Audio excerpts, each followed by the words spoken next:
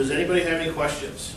I have been a little remiss. I normally like to start off with questions. I know we're covering a lot of stuff. A lot of the stuff is new. And as Arnie was mentioning beforehand, the terminology can be a little confusing. If I use a term, I tend to, I've been at this for, over 30 years now?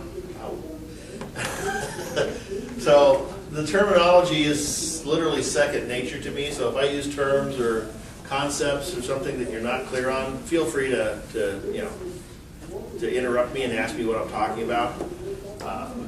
If you think about this stuff when you get home, you have any questions, by all means, write them down. The only question I don't like to hear is, I had a question, but I can't remember what it was. So, does anybody have any questions before we dive right in?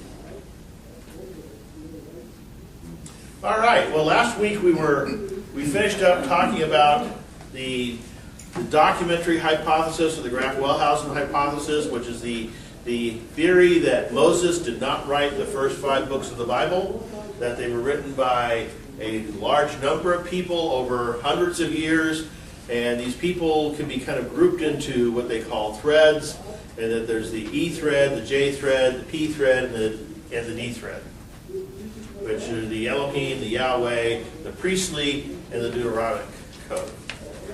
And that these were all sort of actually combined into books after the exile, and when the Jews returned, then possibly Ezra or somebody else combined them into the books that we have today. And we looked at the reasons for that, and then we finished last week by basically going over each of those reasons and showing that the evidence doesn't really support it. That, for example, that Moses spoke in the third person. Many ancient writers spoke in the third person. So that still leaves the question of, if the books of Deuteronomy, this documentary hypothesis, their arguments don't hold up, what about our arguments? Do we have any evidence that actually would point to Moses as the author?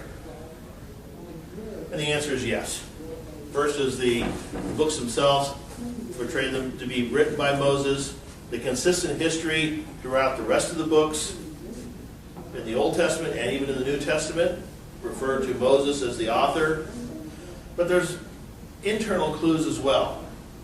For example, if these were written late, the 2nd, 3rd, 4th century BC in Israel after the exile, why do they only mention birds and animals that are in Egypt? The author is writing as if the author is from Egypt and is familiar with Egypt. In fact, when it describes the land of Canaan where they're going, it describes this land of milk and honey. How does he describe the land?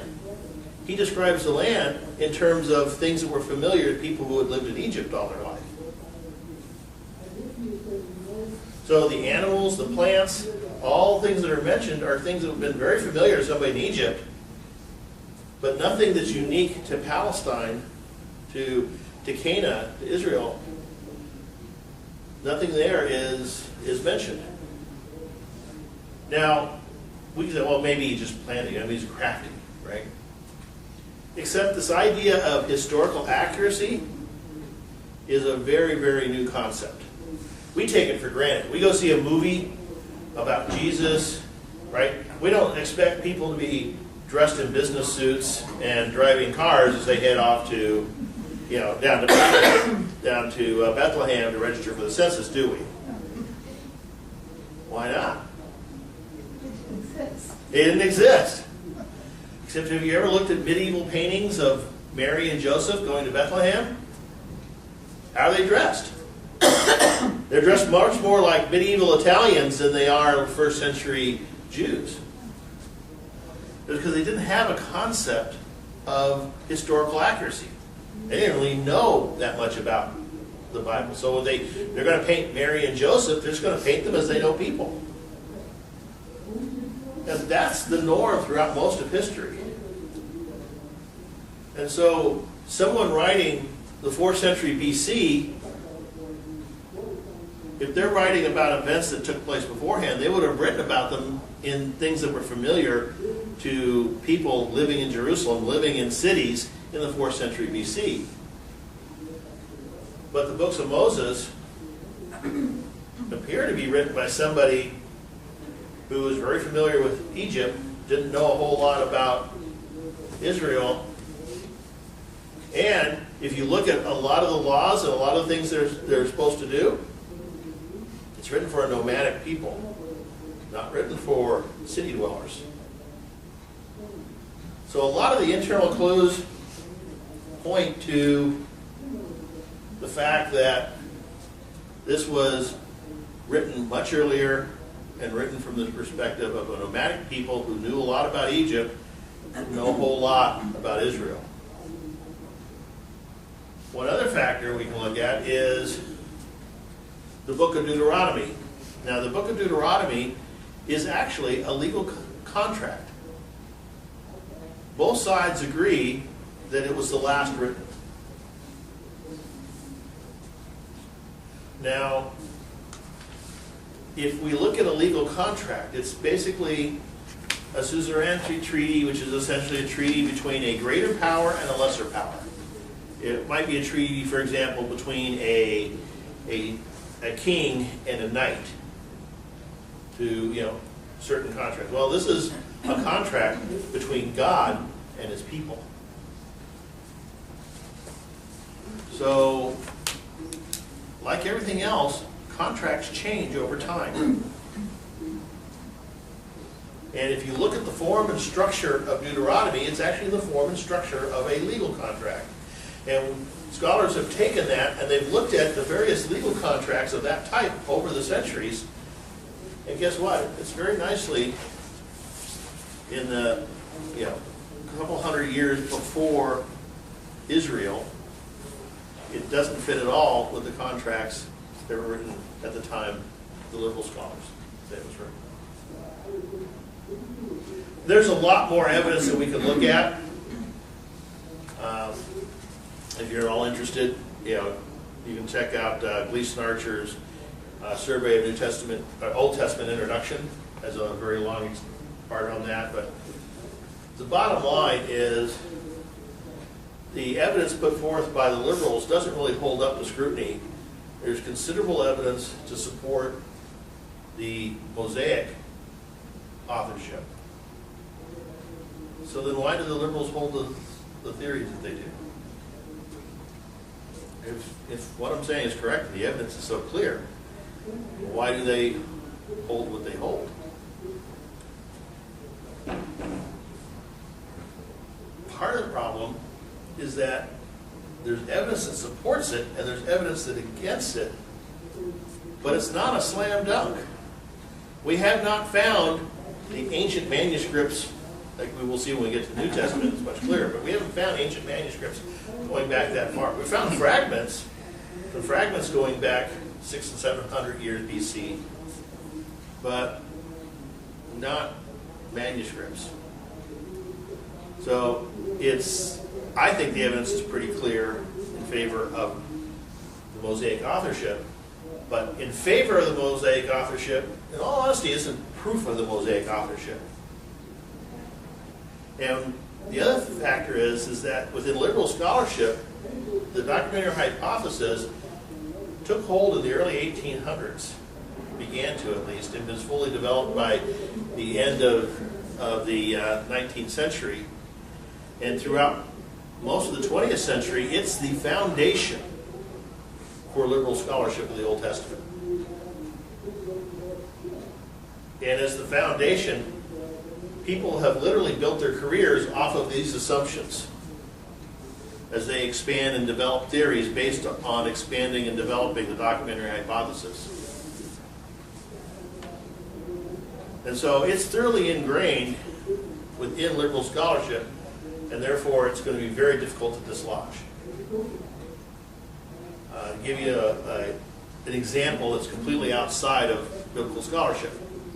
Right? At the turn of the last century, so at about the same time, there was a man named Wegener from Germany, and he was a meteorologist, well-respected, In those days, scientists weren't as well segregated as they were today. So if you were a meteorologist, you were also a lot of other things. And one day he began looking at the coast of South America and the coast of Africa and thought, those things kind of look like they go together. And he didn't just go by that. He actually started doing a lot of research and many years studied this. He found that not only did the coast on both sides seem to kind of match up, but the mountain ranges matched up. So if you had a mountain range over here, you had a mountain range that continued over here. And a whole lot of geological features and plants and animals and all sorts of things. He amassed a huge amount of evidence that showed this. And finally he published his work about the turn of the 20th century and was literally laughed at and ridiculed by the Geological Society. And in fact, at one point, one of the geologists said, if he's correct, all of geology has to be tossed out the window, and we have to start all over again. And as a result, his theories were derided. His theories were rejected, and he could not get a university position in his own country. He ended up having to go, he was from Germany, he ended up having to go to Austria, and even there, the only thing he could get was a position in meteorology. He couldn't get a position in geology. And 30 years later, he died, basically rejected. Fast forward to the 1960s, and geologists looking at core samples coming up from the ocean floor noticed that you have the rifts in the center of the ocean, and then over here the core samples would be, and for simplicity's sake, they're oriented one way, and over here they were oriented the same way, but then they would switch.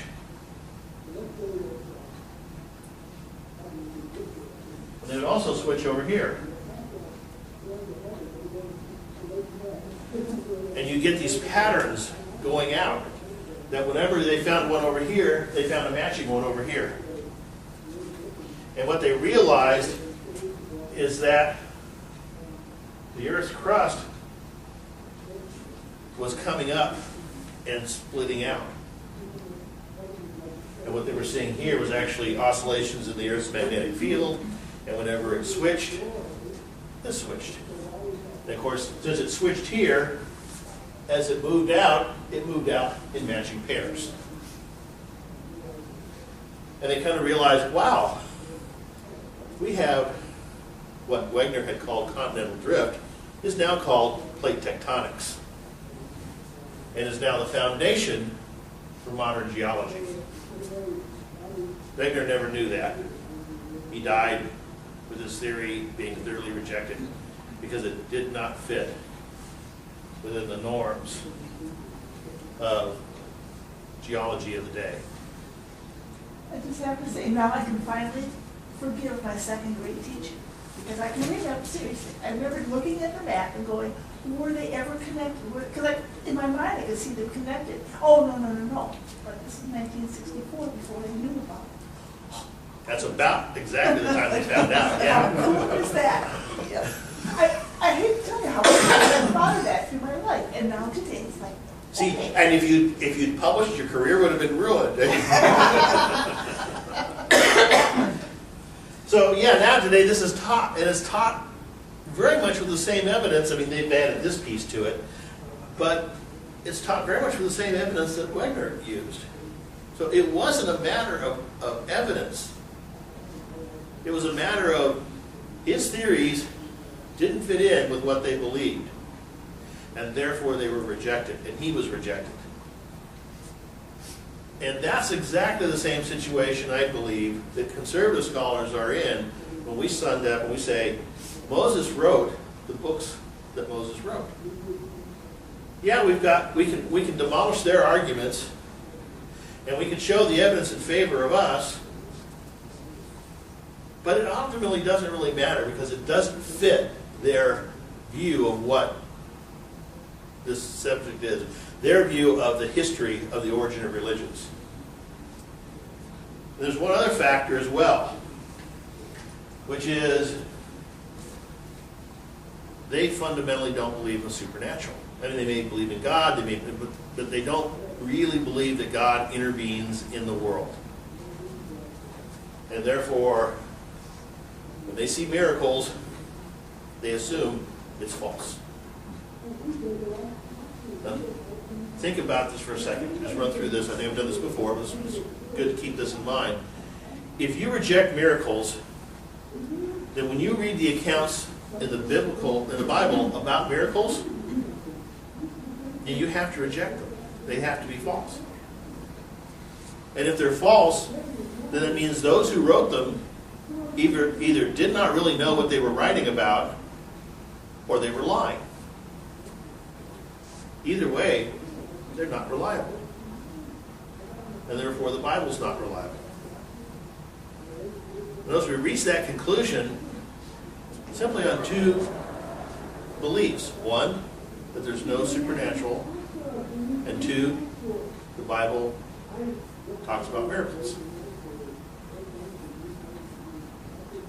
So when you read a liberal scholar, it may be embellished with a whole bunch of other stuff, but when you dig down through all the reasoning, it fundamentally comes down to they don't believe in the supernatural, at least not in terms of an impact in human events, and the Bible talks about the supernatural impacting biblical events or human events. And therefore, they don't believe it. So you get this not only in the book of the first 5 books of the Bible, but go to Isaiah chapter 45, verse 1.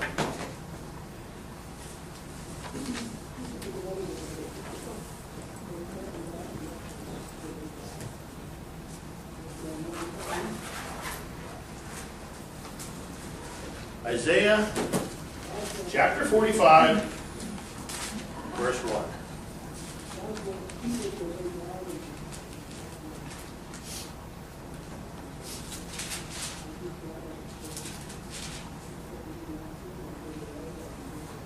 This is what the Lord says to his anointed, to Cyrus, whose right hand I will take hold of, to subdue nations before him, and to strip kings of their armor, and to open the doors before him, so that the gates will not be shut. You're a liberal scholar, you're reading about this. What's the problem?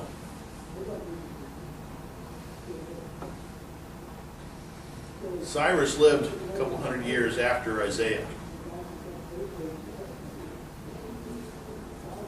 So how could Isaiah write this?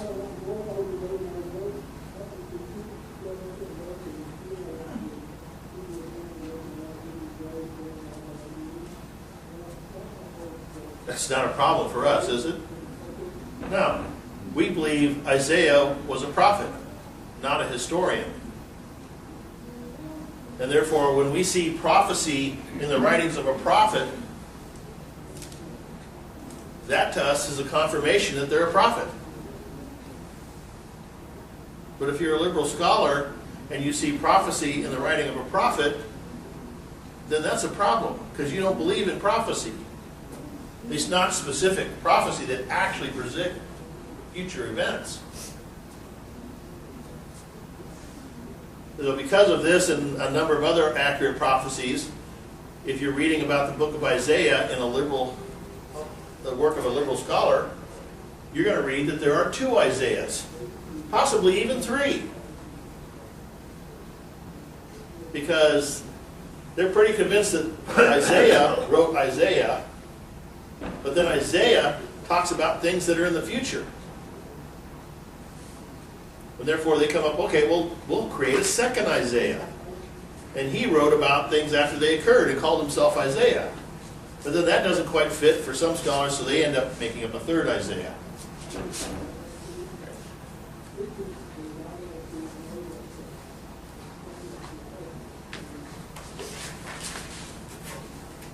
And then, of course, was probably the most prophetic book in the Old Testament?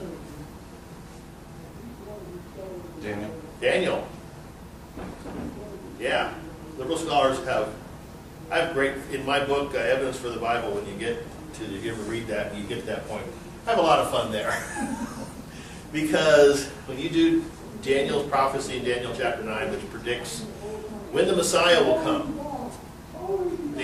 they believe that the prophecy, I mean, they admit the prophecies in Daniel are just too darn accurate. But they're in a quandary, because they can say, okay, they're too darn accurate, had to be written by a later person, right? So if we start off with Daniel, and the history of Daniel begins here, but then it's predicting things all along here, right? And we no longer need this.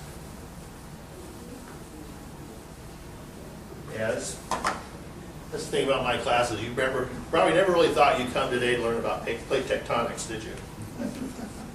So Daniel's writing about all these things down through history, right? And here's when the Messiah comes, and right? So that's easy. We'll just date Daniel later than all the events that Daniel writes about. Except there's a problem. They have manuscripts of Daniel from roughly about 150 BC. So from approximately 150 BC, they have manuscripts of Daniel found among the Dead Sea Scrolls. So they have to date Daniel, unless you believe, and if you believe these are the originals, the best you can do is here, but more likely they have to fudge, and in reality they have to put Daniel back this way. So they can't put him back too far because there's too many of these darn prophecies. So, yeah, the big problem with Daniel chapter 9 is it predicts when the Messiah will come. Very clearly, in fact, down to the year. And that's could not have been written afterwards. And even then you'd have problems, because not likely a book in the Jewish canon would have predicted the coming of the Messiah, of Jesus Christ. So even then you just have all kinds of problems. So they're really in a quandary here as to how to deal with this. And I have some quotes where basically I got one little scholar who basically metaphorically tosses his hands up and says, we can't make any sense out of these numbers. Except we can make sense out of them. The problem is, if you make sense out of them, they point to the Messiah in 30 BC or 33 BC, depending on how you do the numbers, right? But it's either going to be 30 AD or 33 AD, right? There's a little bit of wiggle room there as to how you do the numbers and when you pick your starting point, things like that. So you can, somewhere in that period, Daniel says the Messiah will come, that he will be killed, and shortly after that, the temple will be destroyed. Well, we know the temple was destroyed in 70 AD.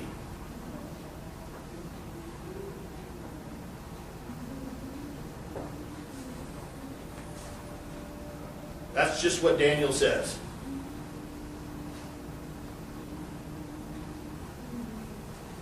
Except Daniel has manuscripts from here. And so you don't see a lot of liberal scholars going near Daniel. In fact, I've heard them write it off as complete fiction, should not be in the Bible, because it's too difficult for them to deal with. Then there's a whole bunch of other little annoying details about Daniel. Is they used to be able to reject Daniel because the history was so bad. Because it just flat out got the history of Babylon incorrect. And they could say, see, that's proof that it was written much later, because we now know the ending history, we know what happened, and therefore Daniel got it wrong. Except, as they have done more and more research, they found out, no, Daniel actually got it right. It was the later historians that got it wrong. which provides even a bigger problem because our first condemnations of Daniel were based on historians that would have been known to people in this period. So if these people were writing it following the histories that were generally known, they would have made the mistakes that later scholars did. Except Daniel got it right. He also did annoying little things like use terms that were very common in Babylon at the time of its fall, but were unknown later on, and thus when the people were doing the translation of the Septuagint at about the same time, which is a translation from Hebrew into Greek, they didn't know how to translate these terms, and so they translated them incorrectly. But if they didn't know how to translate it, how did the writer know how to write it?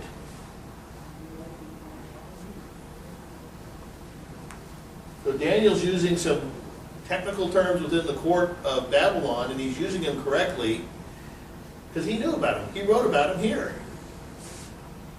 The Septuagint was done at about the same time that the liberal scholars say that Daniel wrote. Except the people who did the Septuagint didn't know those terms and didn't know how to translate them, but somehow the writer of Daniel did.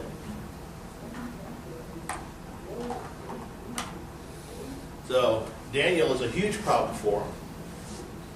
Frankly, it just doesn't make sense.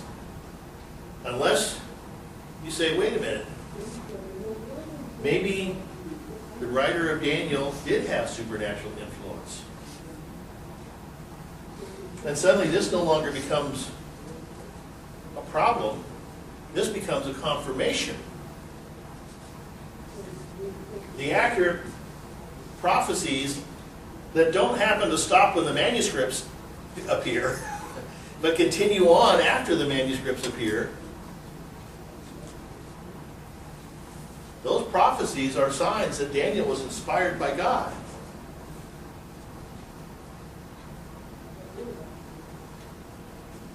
And could predict not only the things before the manuscripts appeared, but could predict the things that would happen after the manuscripts appeared.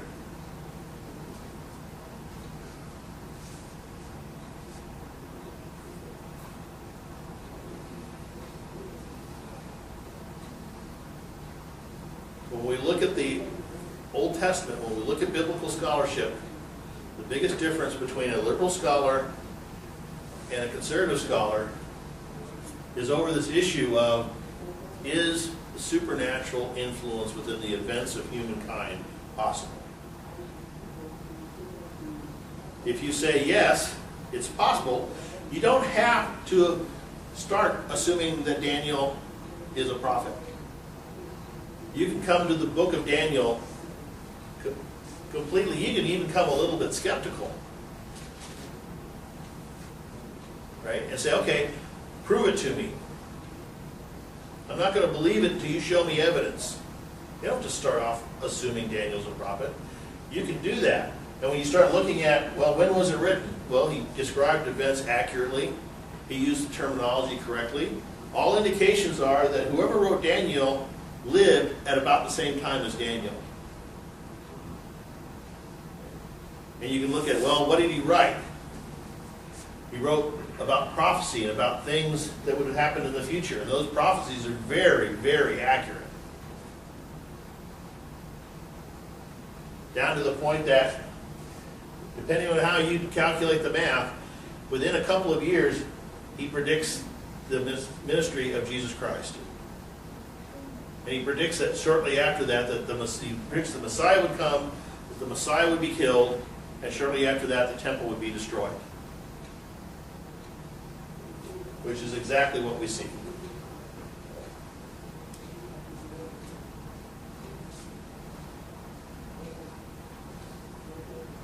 The biggest difference between the liberal scholar and the conservative scholar is the conservative scholar is free to conclude that Daniel was a prophet inspired by God,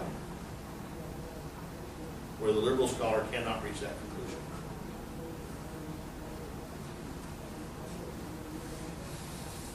That's the Old Testament. Any questions before we move on? Obviously, we have not really touched a lot on the Old Testament, but hopefully that gives you some idea of its structure and how we got it, and a little bit of the reliability behind it. I took a quick peek at chapter 9, and is it where he says 770s? Is Yes. that where the 490 comes from? Yes. That's Yeah. right. Okay. Yeah, if you go in my book, you'll see that's all broken down as exactly how you get that. Everyone pretty much agrees that these are groups. There's a word there, is group. And they're all groups of 7. And the groups of 7 are 7 years. Everyone's pretty much in agreement that he's talking about years there. Even the liberal scholars agree that he's talking about years. Any other questions? Let's do the next handout. Let's see. There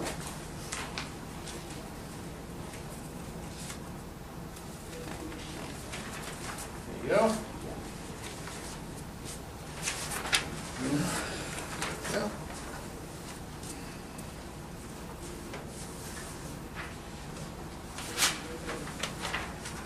The New Testament.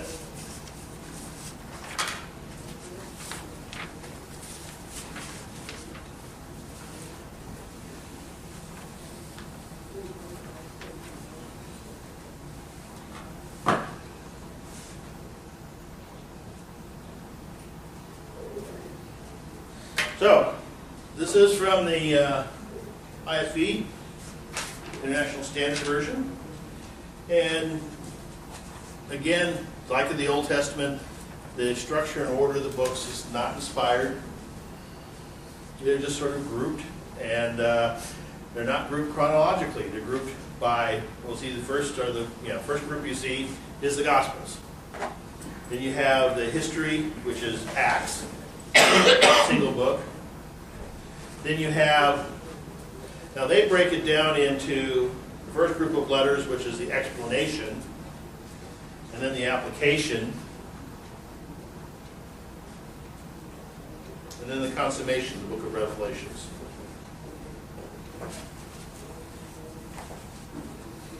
Now, you see through this handout, one of the things they tried to do was to make everything about Jesus, which is kind of a reasonable thing to do. Right? So Matthew is the Messiah for the Jewish people, Mark the Messiah for the Romans, Luke the Messiah for the Gentiles, John the Messiah for believers. Then you have the preaching of the Messiah in Acts, the gospel of the Messiah, Romans, 1 Corinthians, holy living in the Messiah, and so on and so on and so on.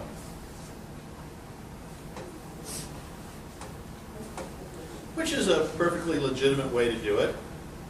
Although, we just finished studying 1 John. So what does he say about 1 John? I'm sure it's in the Messiah. Our assurance in the Messiah. Having just finished 1 John, is that what have jumped to you what 1 John is about? Yeah, it's in there. But 1 John's about so much more than that, isn't it? 3 John, the hospitality of the Messiah. 2 John, the doctrine of the Messiah. So by trying to force this into being able to say it's something about the Messiah for every single book, so you notice it's not inaccurate, but it does lead to some distortion.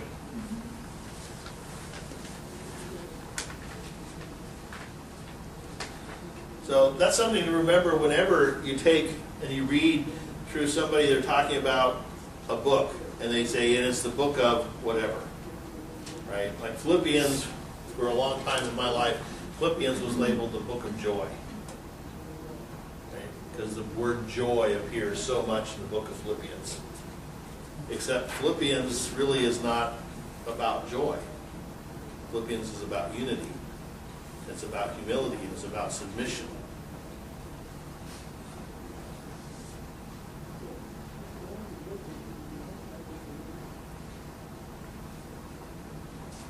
Let me hand out the next handout. Now, this is how we find the books in our current Bible. This next handout, F, is about the chronology. What order were the books written in?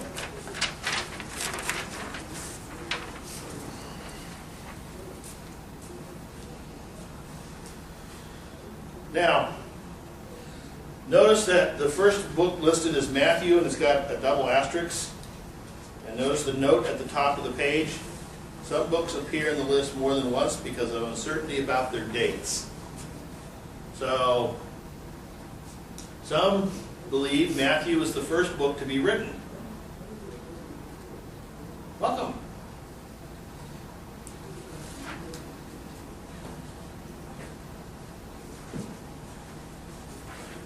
Some believe Matthew was the first book to be written, and that's why it appears on the list here. But if you notice, if you slide on down about 2/3 of the way, you'll see that Matthew appears again as being written in the 60s. Some people believe it was written then. And this is, some conservative scholars believe it was written then.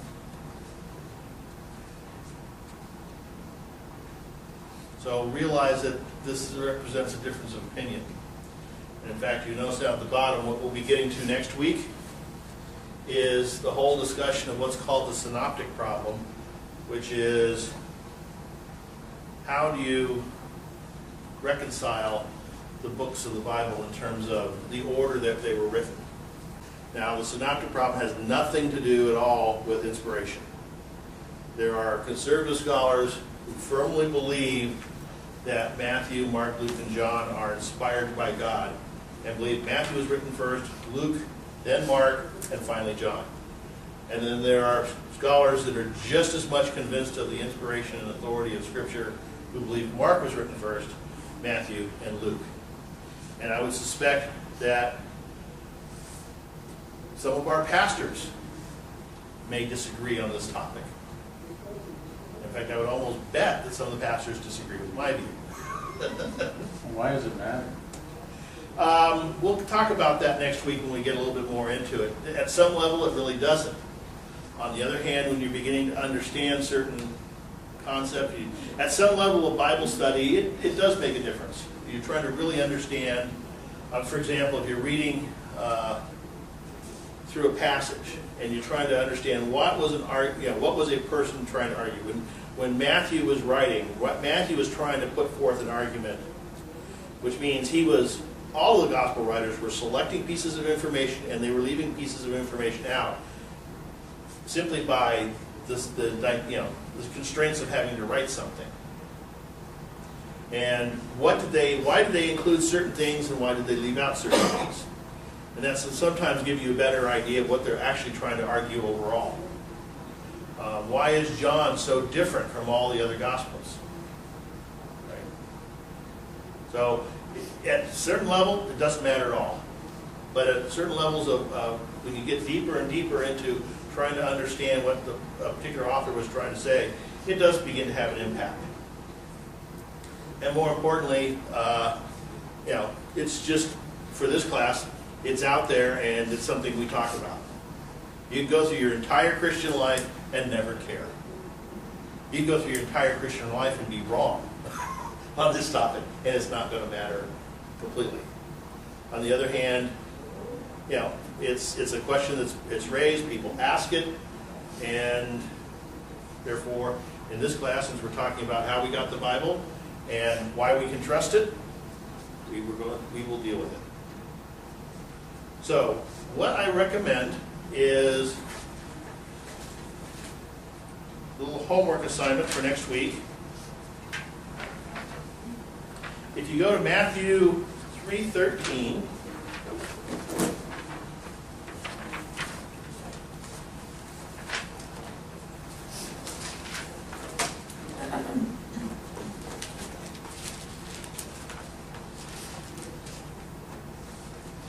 Matthew 3:13, the baptism of Jesus. So read that, 3:13 through 17. Then read the corresponding passage in Mark, which is 1:9 through 11. the corresponding passage in Luke, which is 3:21 and 22, and the corresponding passage in John, which is 3:31 through 34.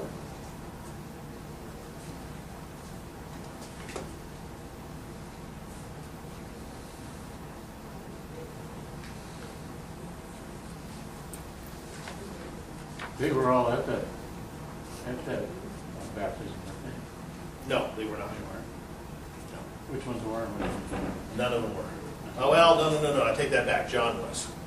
Because John was a disciple of John, the Apostle John was a disciple of John the Baptist. And so he was there. Yeah. Matthew was a tax collector who didn't enter the scene until much, much later. And Mark, I'm not sure when Mark enters the scene, but I'm pretty sure he probably wasn't at the baptism. And Luke certainly wasn't at the So baptism. if they wrote about it, the Holy Spirit must have told them about it. Yep. Because they weren't there. Or they were using other sources. Now, one of the things very clear with God Matthew, inspired, Mark, it and would be the Holy Spirit, wouldn't it? well, they definitely guided by the Holy Spirit. But it's pretty clear that Matthew, Mark, and Luke are interrelated in some fashion. Because when you read through them carefully, you'll notice that they parallel each other, even down to the actual words being used in some places. But we'll be getting into that next week. But first, for this one, just read over these four passages. And just look at the similarities. Look for the differences. And see if you can think which one you think of Matthew, Mark, and Luke. Those three are very clearly interlinked. Somebody used somebody. Right? So see if you can figure who was first, who was second, and who was third. Who used whom? Who used whom? And then you'll notice John is close, but even John is different. And then we'll talk a little bit more about it. I'll give you, actually next week when we come in, one of the handouts you get next week is a detailed breakdown of this passage, which will show you all the interlinkings and all the similarities, and it's based on a translation I did directly from the Greek, so I actually translate. I don't go for a readable translation per se. I go for a translation that shows which parts are exactly the same, you know, that highlights the similarities and highlights the differences. So, which are the Elohim, the Yahweh, the priestly, and the Deuteronomic code. And that these were all sort of actually combined into books after the exile. And when the Jews returned, then possibly Ezra or somebody else combined them into the books that we have today. And we looked at the reasons for that, and then we finished last week by basically going over each of those reasons and showing that the evidence doesn't really support it. That, for example, that Moses spoke in the third person. Many ancient writers spoke in the third person. So that still leaves the question of if the books of Deuteronomy, you know, this documentary hypothesis, their arguments don't hold up. What about our argument? Do we have any evidence that actually would point to Moses as the author? And the answer is yes. First is the books themselves portray them to be written by Moses. The consistent history throughout the rest of the books in the Old Testament and even in the New Testament refer to Moses as the author. But there's internal clues as well. For example, if these were written late, you know, the 2nd, 3rd, 4th century BC in Israel after the exile, why do they only mention birds and animals that are in Egypt? And Joseph, they're just going to paint them as they know people. And that's the norm throughout most of history. And so someone writing the 4th century BC, if they're writing about events that took place beforehand, they would have written about them in things that were familiar to people living in Jerusalem, living in cities in the 4th century BC. But the books of Moses appear to be written by somebody who was very familiar with Egypt, didn't know a whole lot about Israel. And if you look at a lot of the laws and a lot of the things they're supposed to do, it's written for a nomadic people, not written for city dwellers. So a lot of the internal clues point to the fact that this was written much earlier and written from the perspective of a nomadic people who knew a lot about Egypt, didn't know a whole lot about Israel. One other factor we can look at is the book of Deuteronomy. Now, the book of Deuteronomy is actually a legal contract. Both sides agree that it was the last written.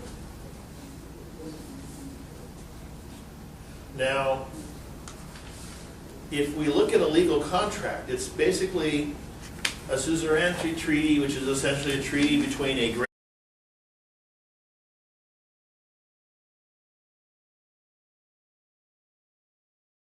Does anybody have any questions? I have been a little remiss. I normally like to start off with questions. I know we're covering a lot of stuff. A lot of the stuff is new. And as Arnie was mentioning beforehand, the terminology can be a little confusing. If I use a term, you know, I've been at this for, what, over 30 years now? So the terminology is literally second nature to me. So if I use terms or concepts or something that you're not clear on, feel free to interrupt me and ask me what I'm talking about. If you think about this stuff when you get home, you have any questions, by all means, write them down. The only question I don't like to hear is, I had a question, but I can't remember what it was. So, you know, does anybody have any questions before we dive right in? All right. Well, last week we finished up talking about the documentary hypothesis, or the Graf-Wellhausen hypothesis, which is the theory that Moses did not write the first 5 books of the Bible, that they were written by a large number of people over hundreds of years, and these people can be kind of grouped into what they call threads, and that there's the E thread, the J thread, the P thread, and the D thread. The author is writing as if the author is from Egypt and is familiar with Egypt. In fact, when it describes the land of Canaan where they're going, it describes this land of milk and honey. How does he describe the land?